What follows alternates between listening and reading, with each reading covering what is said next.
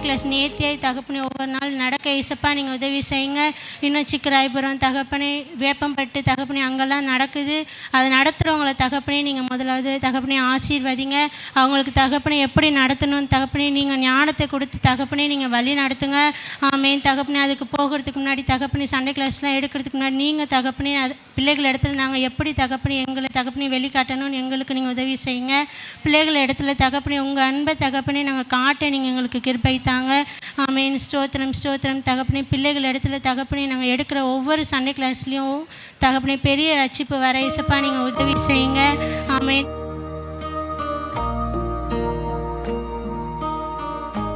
கத்தாவே எஸ்பா அந்த நல்ல வேலைக்காக கொண்டு இருக்கிறோம். எஸ்பா இந்த நல்ல வேலை இதில் ஜபிக்கிறோம். எஸ்பா இந்த வேலையில் கூட நாங்கள் ஒரு வாலிபர்களாக இந்த இடத்த நாங்கள் கூடி ஜபிக்க வந்திருக்கோம். இந்த கூட இன்றைக்கி நாங்கள் கிடக்கிற சண்டே சர்வீஸுக்காக கூட வருகிறோம். நாங்கள் ஒரு வாலிபர்களாக எங்கள் இடத்த நாங்கள் நடத்துகிறோம். இந்த வேலையில் கூட இந்த பாவ சீர்கேடுகளில் வாலிபர்கள் விழாதபடி நீங்கள் பாதுகாத்துக்கொள்ளுங்க. அவங்களுக்கு எந்த பாவங்களும் செய்யாதபடி நீங்கள் பாதுகாத்துக்கொள்ளுங்க.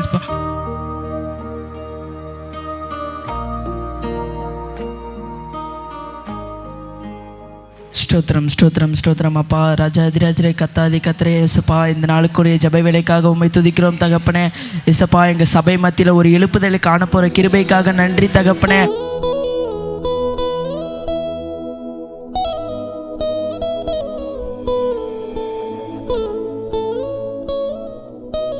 ஸோ அவங்க அது வரைக்கும் ரொம்ப துக்கமாக இருந்தாங்க. அவங்க மனசில் இருந்த எல்லாமே ரொம்ப அணைஞ்சு போன நிலமையில இருந்தாங்க.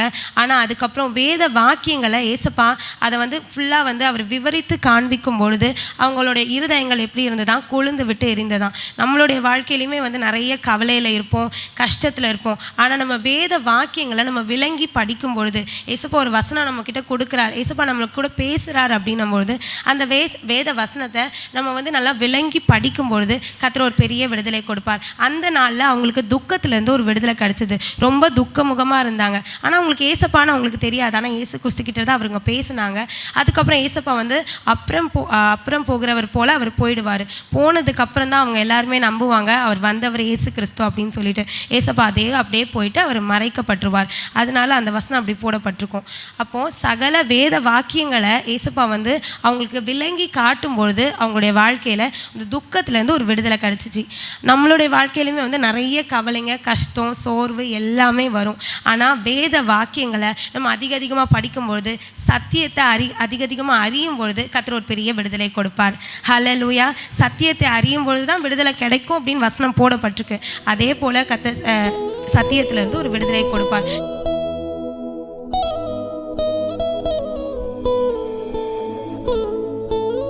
ஆண்டவரை நினச்சிட்டு இருக்கோம்.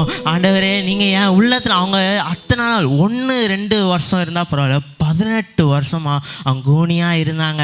அப்போ அவங்க வாழ்க்கையில் எவ்வளோ சோர்ந்து போயிருப்பாங்க. ஏசப்பா நீங்கள் கடவுள் தானே, நீங்கள் இருந்தீங்கன்னா என் வாழ்க்கை இப்படி ஆயிருக்காதே அப்படின்ட்டு எத்தனை தடவை நினச்சிருப்பாங்க. ஒரு வேளை ஹாஸ்பிட்டலுக்கு போயிருந்தோம், எனக்கு உடம்புலாம் நல்லா இருக்குது ஆனால் எலும்பு இதாக இருக்குது, அது சரி பண்ண முடியுமான்னு அவங்க கேட்டிருப்பாங்க. அப்போ கூட அவங்க அந்த ஹாஸ்பிட்டலில் இருக்கிறவங்க இல்லை அவங்க ஃப்ரெண்ட்ஸ் எத்தனை பேர் அவங்கள கை விட்டுருக்கலாம். ஆனால் அவங்க ஒரே ஒரு கையை மட்டும் தான் பிடிச்சிருந்தாங்க. ஆண்டவர்ன்ற அந்த ஒரு கரத்தை பிடிச்சதுனால ஆண்டவர் அவங்களுக்கு ஒரு அற்புதம் செஞ்சிருக்காங்கன்னா இன்னைக்கு இந்த ஓய்வு நாளில் நம்ம இன்னைக்கு வந்திருக்கோம். ஆண்டவர் உங்களை பார்த்து சொல்கிறாரு, உங்களுக்கு ஒரு விடுதலை வரும். இன்னைக்கு நீங்கள் சும்மா இங்கே வந்துட்டு போகிறதுக்கு அல்ல, ஆண்டவர் உங்களை பார்த்து சொல்கிறாரு, வெளியே போகும்போது உங்கள் வாழ்க்கையில் ஒரு அற்புதத்தை நடக்கும்.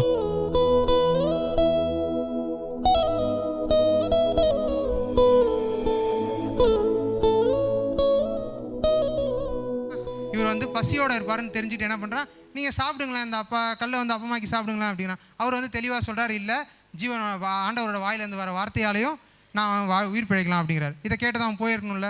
ஆனால் அந்த மானங்கெட்ட பையன் என்ன பண்ணால் போகல.